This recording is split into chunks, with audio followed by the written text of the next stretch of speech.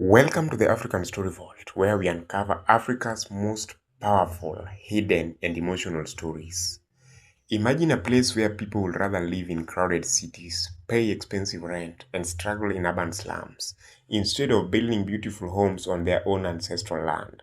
Not because these people are poor, not because they lack land, but because people say something strange happens to those who try, something dark, something unexplained, and many believe the curse begins the moment the first brick is laid. In Western Kenya lies a region known for its rich culture, powerful history, and proud traditions. But hidden within everyday conversations is a strange story that people whisper about. A story about why many people from the Luo community prefer living in the city instead of developing their own rural homes. In towns like Nairobi, Kisumu, and Mombasa, you will find many successful professionals, businessmen, and workers from this community. Yet, outsiders often ask a curious question.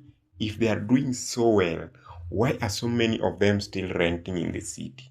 Why not return home and build the mansions that match their success? Some say the answer lies in a long standing village legend.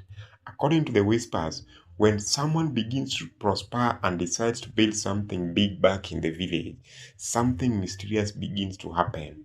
At first, it starts with strange misfortunes, a sudden illness, unexplained financial problems, constructions accidents, workers quitting mysteriously.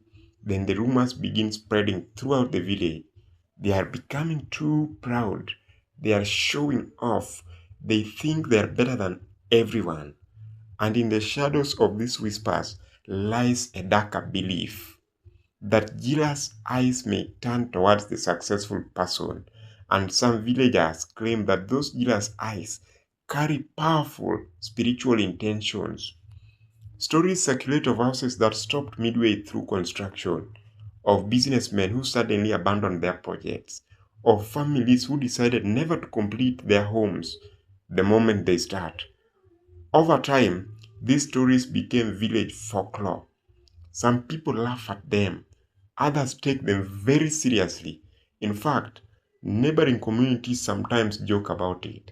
They ask, why build a palace if you cannot sleep peacefully inside it? But for many people from this community, the reality is much simpler. Cities offer very many opportunities. Cities offer businesses. Cities offer modern digital life. And sometimes staying in the city is simply easier than returning to complicated village politics. Still, the legends refuse to die. Even today, if you sit quietly in certain villages at night, you might hear elders sharing strange stories around the fireplace.